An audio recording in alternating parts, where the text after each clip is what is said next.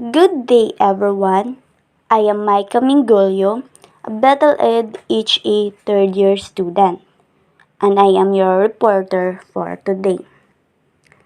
Previously, we have learned the physical, cognitive, and socio emotional development of the intermediate scholars.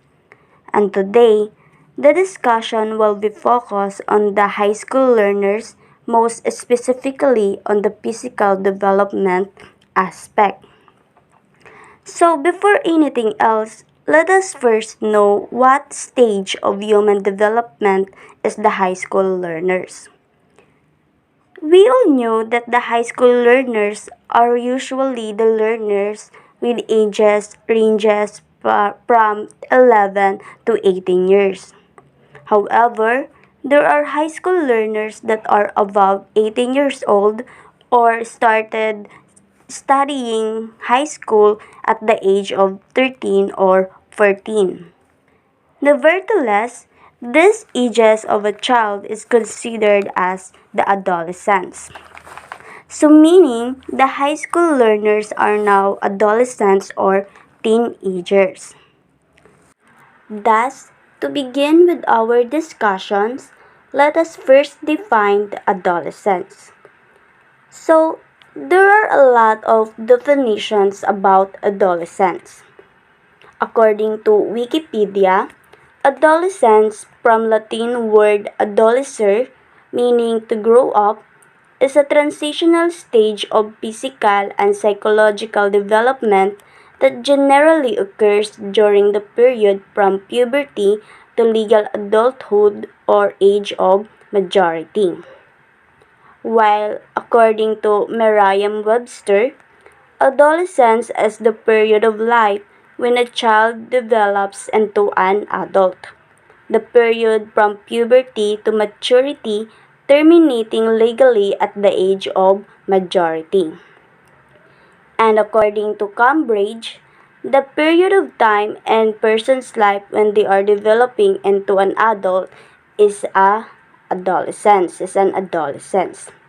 So, generally, adolescence is a period of transitions in terms of physical, cognitive, and socio-emotional changes. Physical transitions being particularly coupled with sexual transformations.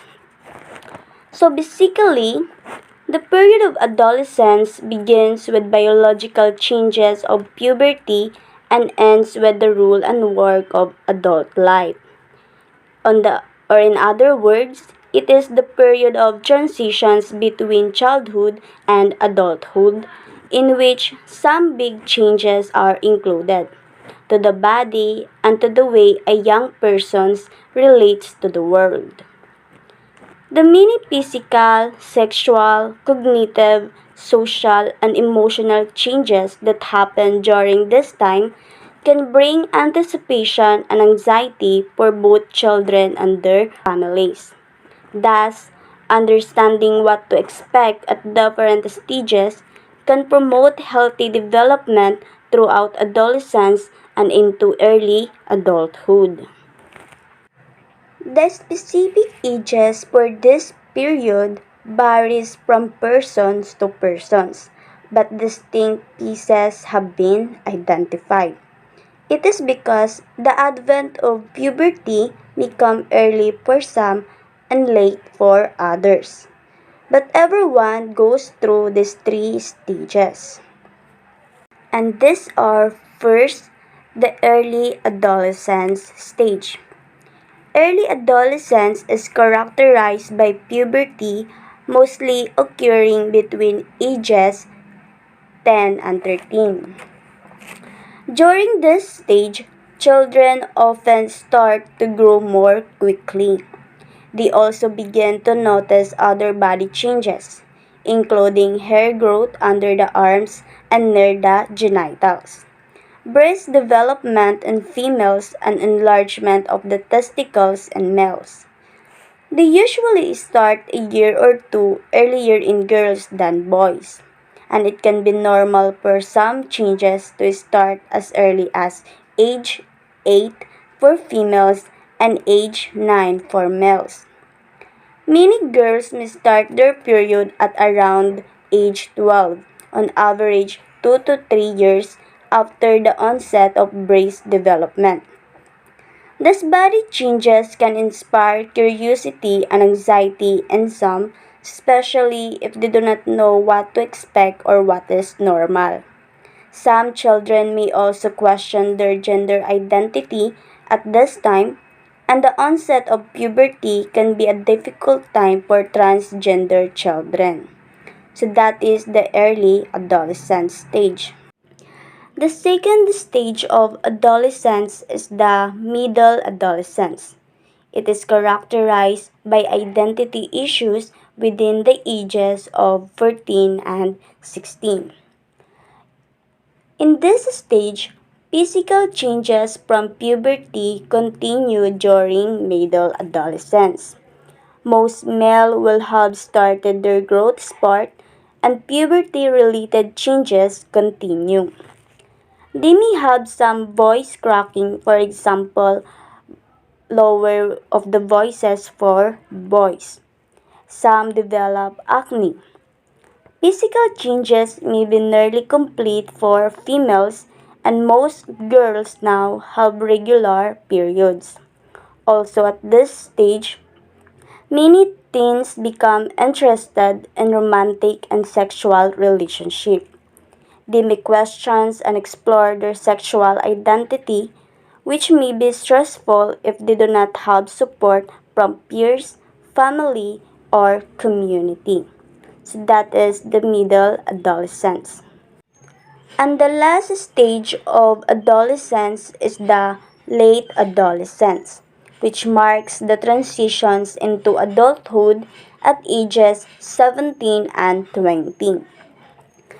Late adolescents generally have completed physical development and grown to their full adult height.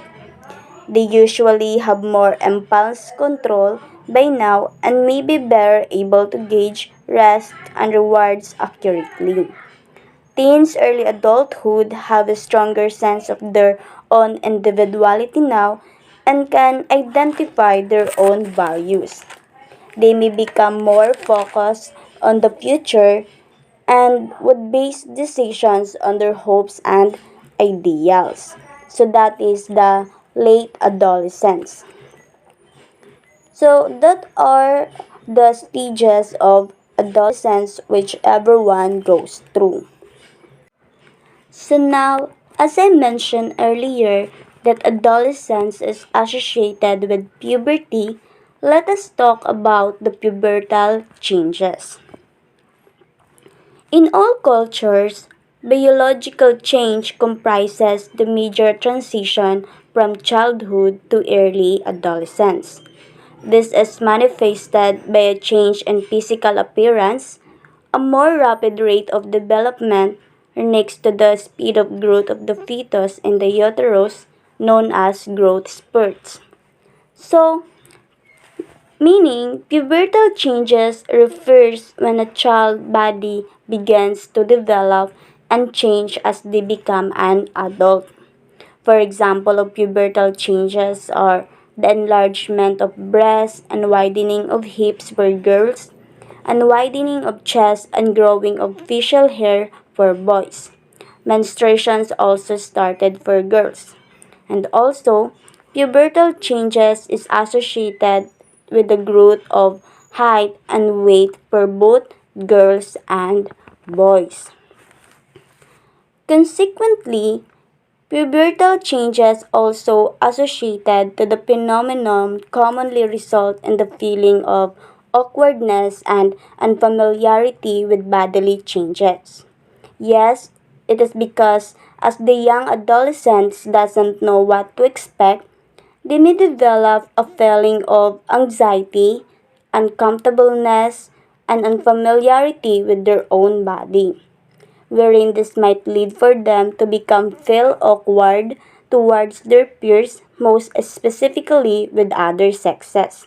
For example, if a girl and a boy are close friends, their closeness of friendship when they become adolescents will now have a limitation. Some things they usually do will no longer appropriate for them to do, and this is because of the pubertal changes. In addition, alteration in sleeping habits and parent-adolescent relationship may be experienced accompanying puberty changes. So that is the pubertal changes in the during the adolescence stage. And now, let's talk about the growth spurt during the adolescence period. When we say growth spurt, it is an occurrence of growing quickly and suddenly in a short period of time. So, throughout life, the growth hormone conditions gradual increases in body size and weight, but hormone flooding occurs during adolescence, causing an acceleration known as the growth spurt. Body changes include change in body dimensions, the leg length, shoulder width, the trunk length or the trunk growth rather than the leg growth. So, meaning the adolescent or the teenager growth spurt is the fast and intense increase in the rate of growth in height and weight that occurs during the adolescence stage of the human life cycles. This growth practically occurs in all of the long bones and most other skeletal elements. In girls, the growth spurt generally begins at age 10, reaching its peak at age 11 and a half and decreasing at age 13, while slow continual growth occurs for several more years. Boys begin their growth spurt later than girls at around age 12, reaching a peak at 14 and declining at age 15 and a half. At age 16 and one-fourth, girls reach 98% of their adult height, while boys do so at age 17 and one-fourth. Growth in height is conditioned by stages in bone maturation. The muscles also grow in terms of size and strength, while similar spurts occurs for weight, muscle size, head and face maturations, and especially the development of the reproductive organs. So, briefly, all the muscular and skeletal dimensions appear to take part in the growth spurt during adolescence.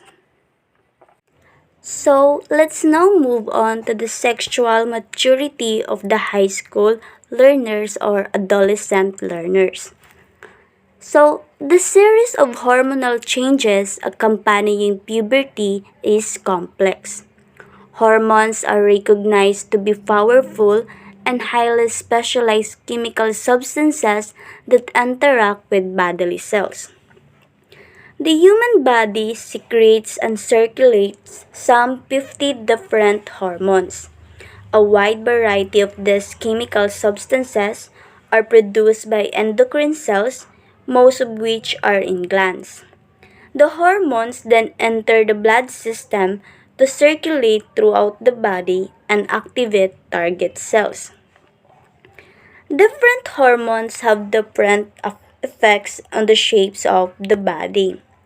They help in body growth, development, metabolism, sexual functions, reproduction, and etc. The triggering by hormones of the hypothalamus glands on hormones of the pituitary glands signals the entire process of sexual maturation. During the process, gonadotropic hormones are secreted by the anterior pituitary, which lies beneath the base of the brain and are situated approximately at the geometric center of the human head. Gonads, which are the ovaries in the female and the testes in the male, are then stimulated by the gonadotropic hormones. in turn stimulating their own hormones. Or in other words, gonads are the organs that makes gametes. Gametes are haploid germ cells, for example, the spermatozoa, which is secreted by male, and egg cells by female. So, testosterone is secreted when the male testis is stimulated by the gonadotropic hormone. So, this is for boys. And estrogen is secreted when the female ovary is stimulated by the gonadotropic hormones. And this one is for girls. So now, let's identify the secondary characteristic of stimulated testosterone, which is for boys, and the characteristic of stimulated estrogen for girls. So, the secondary male characteristics stimulated by testosterone are comprised by the growth of testes, scrotum, and penis, which precedes the growth spurt in height. So, meaning, males will first experience the growth of their testes, scrotum, and penis before the growth spurt in height. Then, first pubic hair precedes by the appearance of facial hair. So it means that pubic hair will comes first before the growth of facial hair. Then the ejaculation's capacity, the growth spurt, and the lowering of the voice, which is caused by the enlargement of the larynx and double lengthening of the vocal cords. Voice change is viewed to be the most obvious aspect of adolescence development. So that is the secondary male characteristic stimulated testosterone. And for the characteristic stimulated estrogen are comprised by the breast enlargement accompanied by the growth of the uterus and vagina. These elevations of the female breast is considered as the first external sign of puberty in girls. Then the appearance of pubic hair, widening of hips, and growth spurt is also one of the characteristic of stimulated estrogen. Then we have also what we call the menarche and spermache as the first sign of puberty. Menarche, it refers to the female first menstruations. Generally, girls achieve menarche beginning 11 to 11 and a half years up to 12 and 12 and a half years and at age of 13. There are, however, differences in reaching menarche in accordance with ethnic differences. A study shows that African American and European American girls may exhibit secondary sex activities as early as 8.87 years and 9.96 years. Menarche as early as 11.6 years and 12.4 years respectively. So, experiencing first menstruations in girls varies from persons to persons. And one reason for that is the differences of ethnicity. In contrast with menarche, spermache signals the first sign of puberty and sexual maturity in boys. At about age 12 or 13, boys experience the enlargement of the testes and the manufacture of sperms and the scrotum, most likely experiencing their first ejaculation of semen, a sticky fluid produced by the prostate gland. The need to discharge semen occurs more or less periodically following pressure caused by the production of seminal fluid by the prostate gland. Nocturnal emissions or wet dreams occur during sleep, often caused by sexual dreams. Masturbation or manipulation of physical sexual organs is caused by conscious fantasizing, both among boys and girls. It is important to note that science and religion differ in their regard to masturbations. Modern medical science sees it as an inevitable transitional phenomenon among adolescents. So meaning, the modern medical science believe that the masturbation is a natural transitional phenomenon that adolescents will experience no matter what. On the other hand, religion generally regards it as gravely sinful, ascribing sin even to sexual fantasies. So, unlike in modern medical science, in the religious sector, masturbation is a sinful act that even just having sexual fantasies is already considered a sin. It is because they believe that this kind of act should be done when a person is committed to a serious relationship like marriage. So, to view the issue objectively, a guilt complex on the matter is unhealthy to growth. On the other hand, habitual masturbation is an aberration when it can inhibit the growing adolescents from confidence in heterosexual or male and female friendship relationship. In the end, while the growing youth need not feel guilty about natural sexual urges, they need to be forewarned about habitually giving in these urges. Outgrowing the acts of masturbation is wholesome, especially during adulthood when male and females need to relate to each other in a mature relationship. And thus therefore, teaching adolescents about the sex characteristic for both boys and girls are very much important. These learnings will be helpful for them to know how they will be able to deal with the six characteristics that they will experience, most especially on the aspect of sexual acts. Not only that, this learnings is also very much necessary for teachers to perceive and understand as they play a significant role in the physical development of the high school learners as well as on the behavioral aspect of the adolescent learners. So let's come now to the secular trend. The secular trend in development is the fact that puberty is starting earlier for boys and girls now than it did 100 years ago. The beginning of puberty is still getting earlier, especially for girls.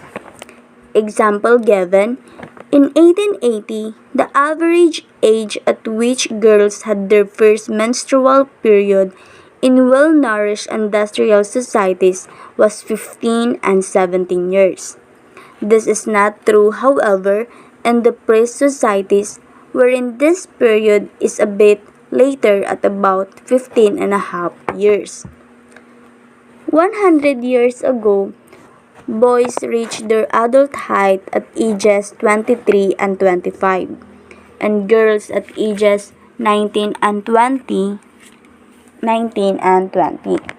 Today, maximum height is reached between 18 and 20 years for boys and 13 and 14 for girls. So, what is trying to point out in this is that the average age of puberty is decreasing over time. It doesn't follow what it did 100 years ago, because at this time, the secular trend reflects a more rapid maturation compared with that occurring in previous millennia. The occurrence of the secular trend is ascribed to many factors, among which are the complex interactions of genetic and environmental influences, improvement in healthcare, improved living conditions, and the control of infectious diseases. Better nutrition is also a major factor since this provides more protein and calories for humans from conception upwards. The secular trend has important biological and psychological consequences that parents should know about. Early onset of puberty has been linked to cancer and other diseases. Children who experience puberty at early ages may be more likely to be depressed because they may physically show signs of maturity while not yet being emotionally mature. Adults and peers, however, may treat as if they are older than they actually are, and children who experience puberty at an early age may be more likely to abuse drugs and alcohol or have sex at young ages. So, experiencing early maturations or having a secular trend of rapid maturations among boys and girls in adolescent period is not really a good thing.